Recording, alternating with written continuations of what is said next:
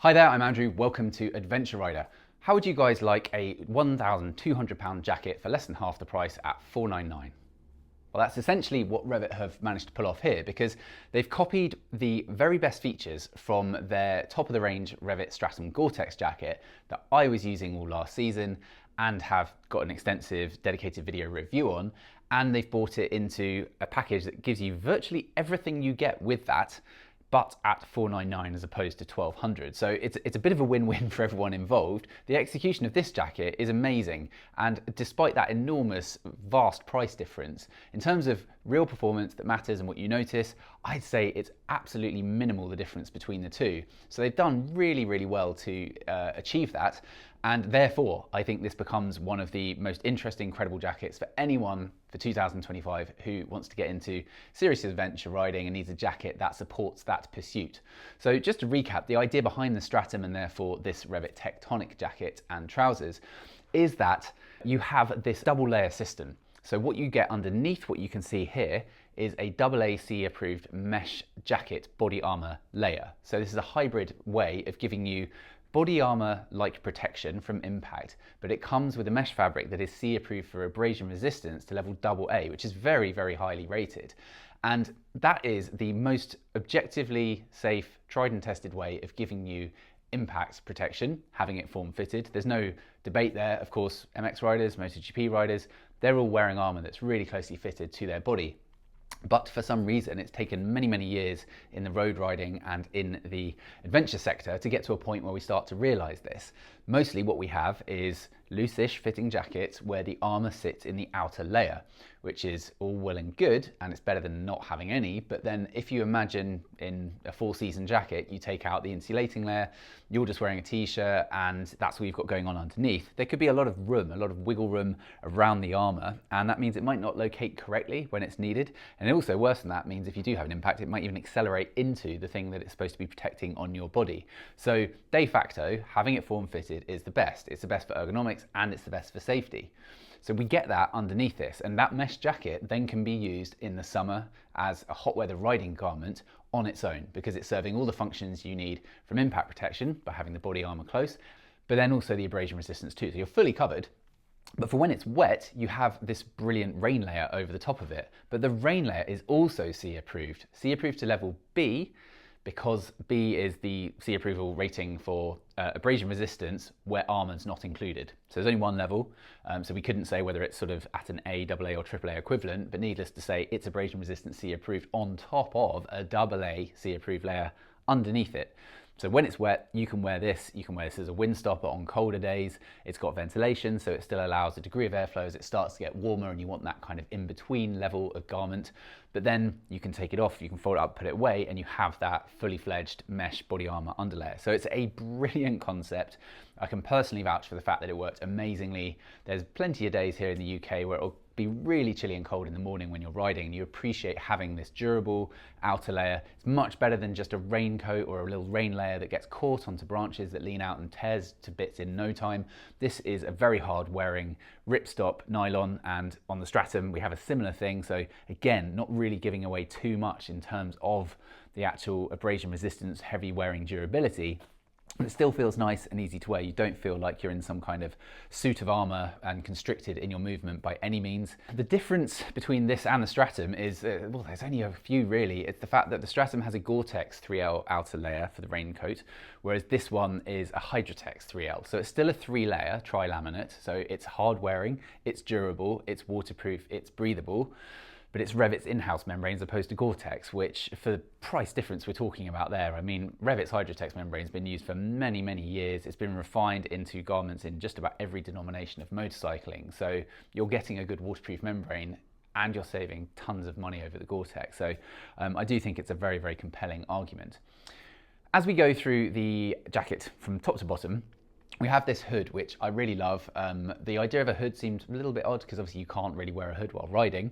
But when you're off the bike, when it's horrible weather, if you're away, if you're out in the woods, if you're needing to change a tire, like all these things, you know, as soon as you need one, you really miss not having it. But the other thing it does well for me is it then folds away very neatly. So there's a drawstring, and you can also zip it into itself. So there is a zip here at the top, so it makes it nice and compact, so it's not going to flap around, and it just sort of provides a comfortable barrier between the helmet and the jacket with a nice high rise to it that's still got a soft feel, creating comfort. And I actually do really like the looks. I think the hooded look goes quite well with adventure riding for some reason.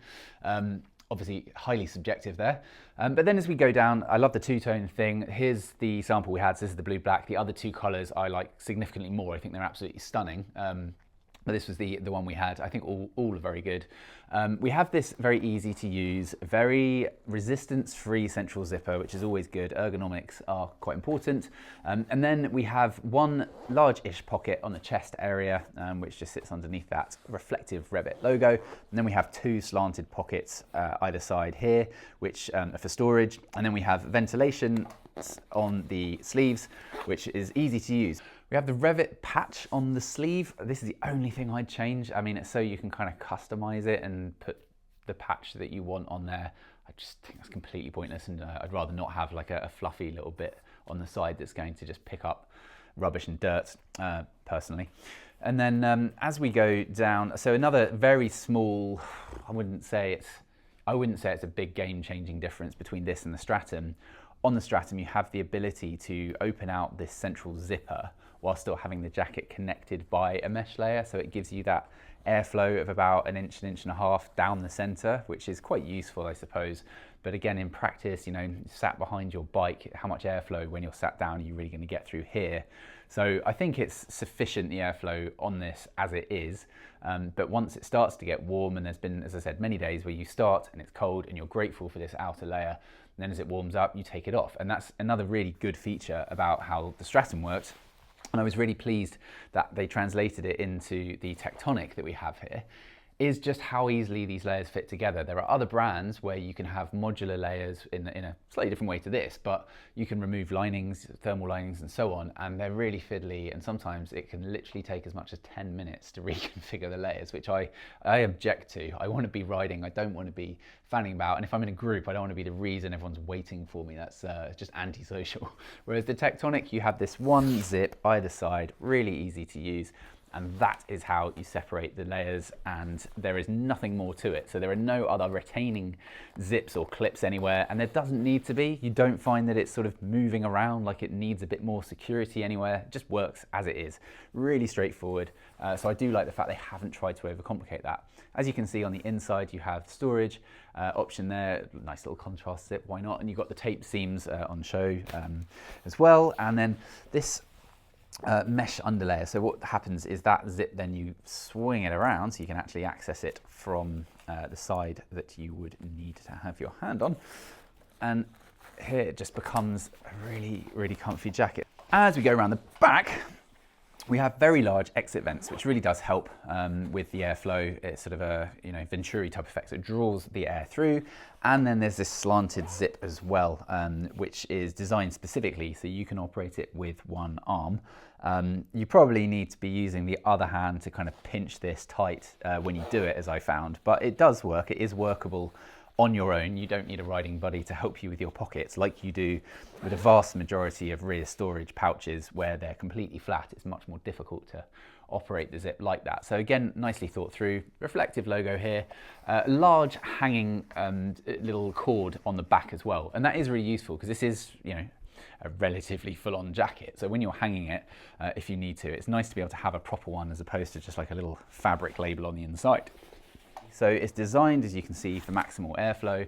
It's super light, it's super soft. The fact that it is AA is actually really, really impressive because honestly, this has the feel of an A garment. And I'm always fond of items that are more C approved than the way they look and feel, because there's no arguing with the C approval. So the jacket comes with shoulder and elbow armor included at the price, and you've also got a pocket to optionally upgrade for the back armor. Inside you get a sports liner and another little pocket. You also have a connection zipper on the back so that you can create a one-piece type effect to the trouser. It doesn't have to be the Tectonic trouser specifically. All the Rev'it trousers will have the right sized zipper for you to connect it to.